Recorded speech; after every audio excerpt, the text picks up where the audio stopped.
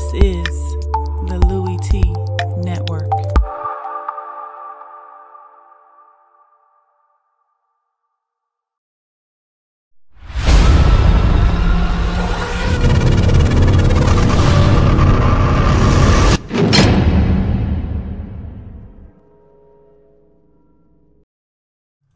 Who else could it be?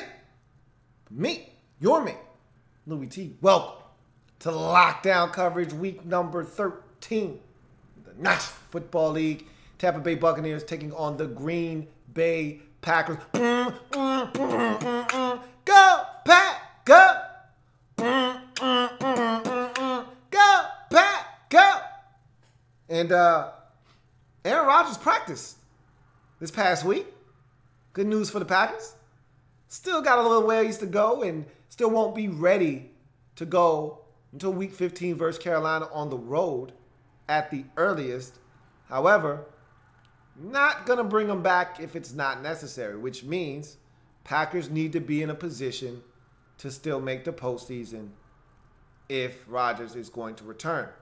In order for that to happen, you need to beat Tampa at home and the Browns on the road next week to set up a situation where a Rodgers comeback means winning the final 3 games gets you to 10-6. You let the chips fall where they may, and you see if you can get in. So, high drama, high stakes in Green Bay right now. Brett Hundley, still the man currently, and I'm officially on board with this now. I was one of those people that said, give him some time, wait, let's not rush to judgment. He hasn't played a lot. Brett Hundley stinks. Brett Hundley stinks. I'm pretty sure of that. I'm convinced. I could be wrong. Brett Hundley stinks. But I'll tell you what, overtime, he used his legs. And that's what's probably going to keep him in this league for a while, is that he's got an ability to use his legs to extend plays. And in overtime, when they had to have it, his legs were vital, and he helped put them in a position to win that game without the Buccaneers even possessing the football in overtime.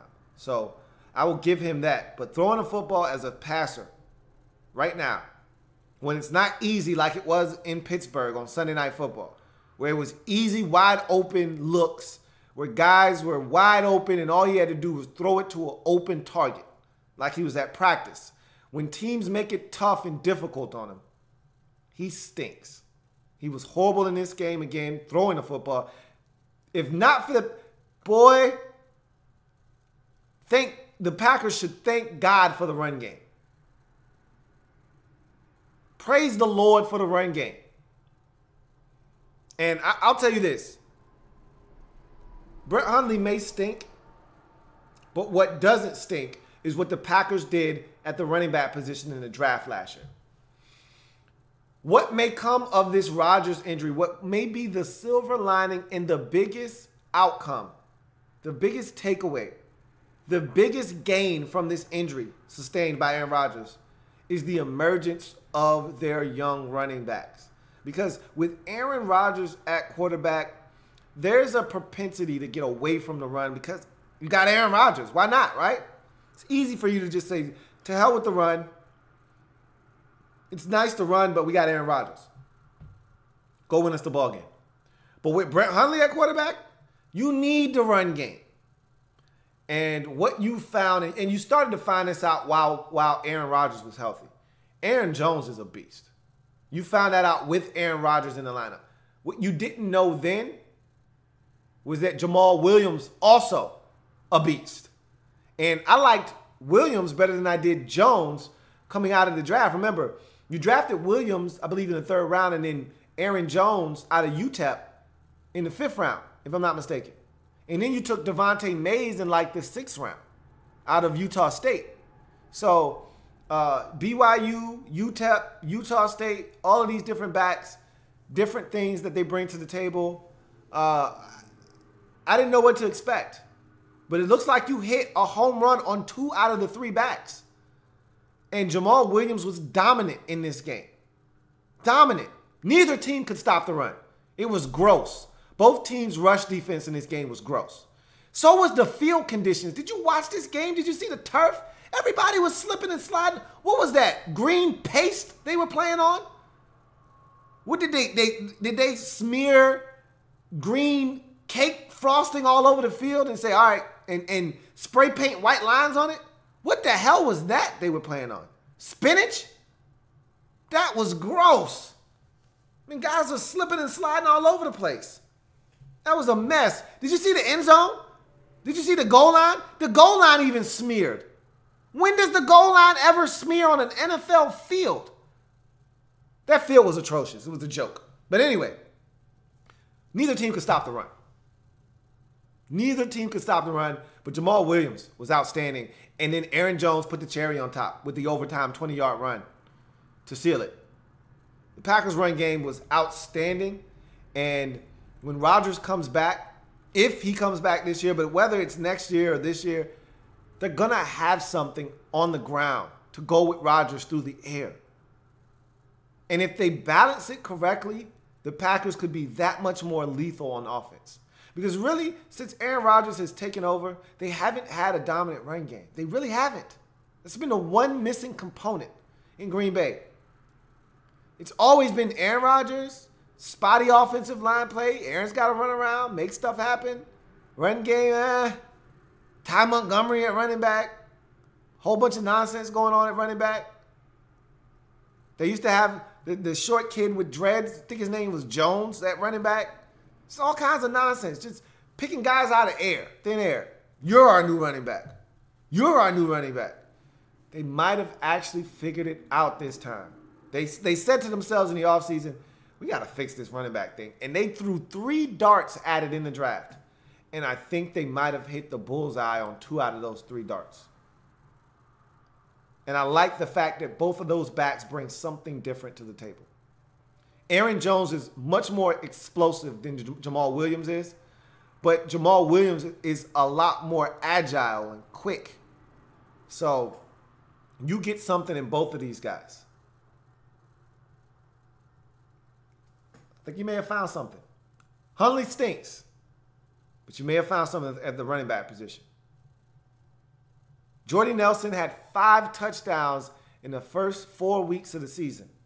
Hasn't smelt the end zone since Aaron Rodgers went down. There's a reason for that. Poor Jordy. Anyway, Packers get this win. They needed this win. Big play. I thought Dean Lowry was outstanding in this game. Yeah, Jameis Winston threw him the football on a fumble. But I thought he had a big sack in this game. He was all over the football field. Dean Lowry looked good. He made some plays. This defense leaves a lot to be desired, though. They do. They're a question mark. And if you're going to make a run, they're going to have to play better than they did in this game. Because the Buccaneers haven't been a good rush offense this season. And they put in a new running back, and he tore you a new one on the ground. Speaking of which, let's go to Tampa. Start with their offense. Good to see Jameis Winston back, first and foremost. Good to see him back out there. He was happy to be out there. I was glad to see him back out there. That's number one. Number two, he's got to learn, and I know this is in his DNA, and he'll never stop, but I'm not going to stop saying that he needs to stop just because I know he's not going to stop. He's got to know when the play's over. Friends know when to say when.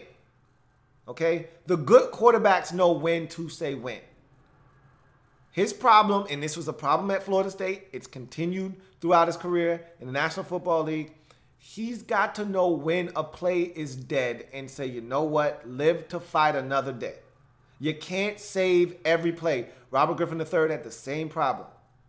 That's how you get hurt, and that's how you turn the football over. You got to know when to say when. It's okay if the other team wins sometimes. They're going to win sometimes, and you've got to be able to admit they won this time. They got us. Eat it. Stop trying to throw the football from your knees. Stop. Stop trying to make something out of nothing. They won. They beat you this time. Eat it. You should have learned from the interception in the preseason versus Jacksonville. Stop doing that. That fumble was a game changer.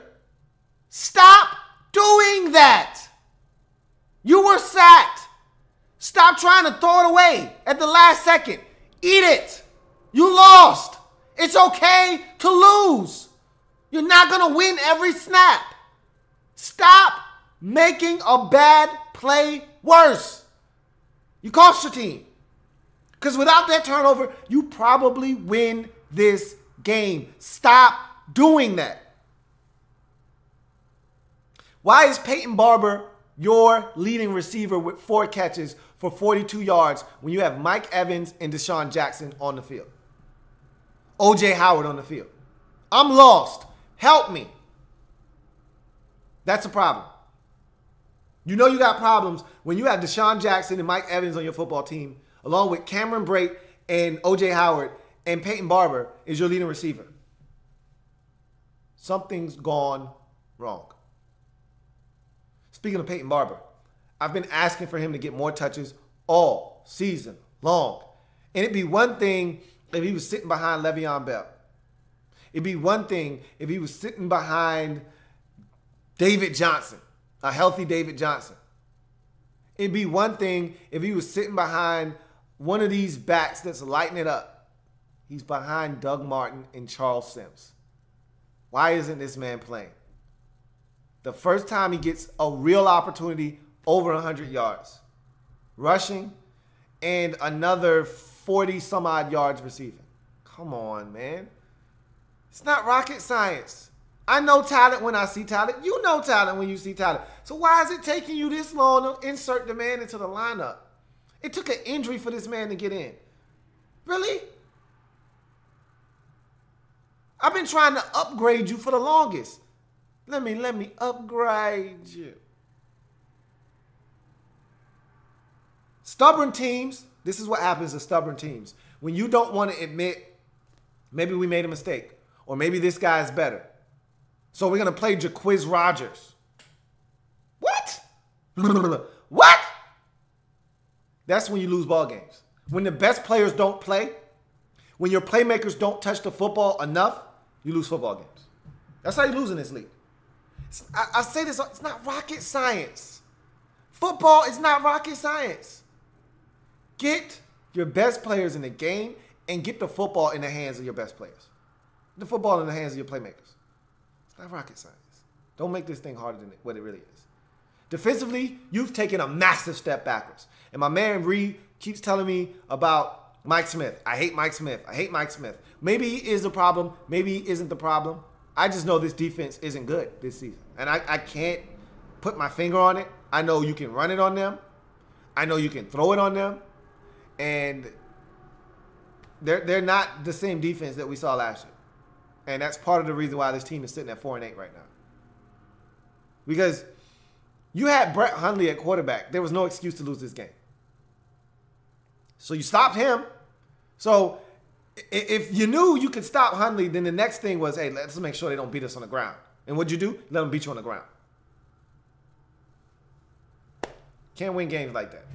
So it is what it is. Buccaneers lose again. Winston, it's amazing. Winston has the same amount of wins as your backup quarterback does. Good old what's my favorite backup quarterback's name, man? What's his name? I can see it's Ryan Fitzpatrick. He's got the same amount of wins as Ryan Fitzpatrick this season, but Ryan Fitzpatrick did it in a lot less games. Not that I'm putting this one on Jameis, but he had a huge turnover in this game. Huge. Thought he threw the ball well.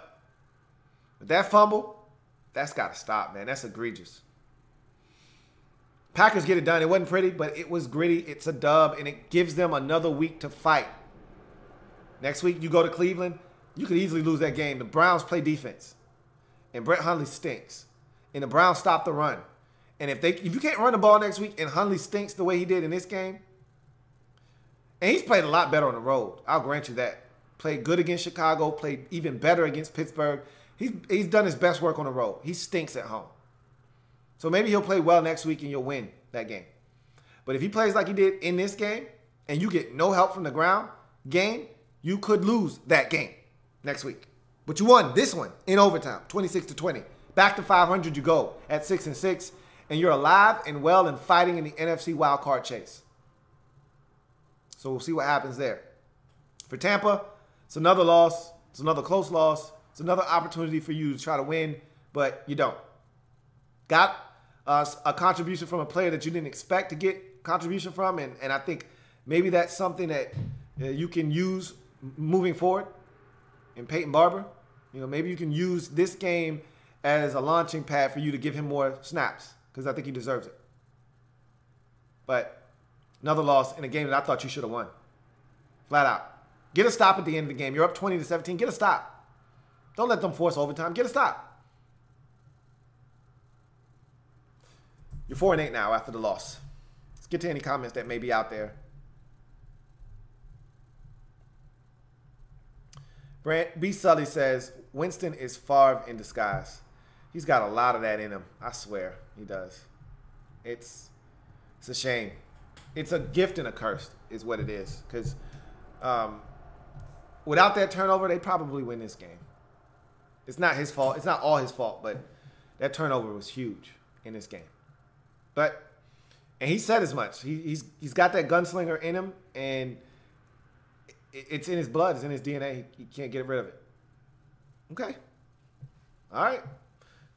In any event, that's going to do it for me here on Lockdown Coverage with Packers and Bucks. Packers get the win 26-20 in overtime. The ground game was the catalyst, especially in overtime. Hundley with his legs on the overtime drive, and Jones caps it off with the 20-yard touchdown run to seal it in overtime as the Packers get the win 26-20 to get back to 500 at 6-6 on the season. Bucks with the loss dropped to 4-8 on the season. It's going to do it for this one. I've got two more, so don't you go anywhere. Up next, Chargers, Browns. Chargers back to 500, and all of a sudden now three-way tie for first place in the AFC West. We'll talk about it next on Lockdown Coverage.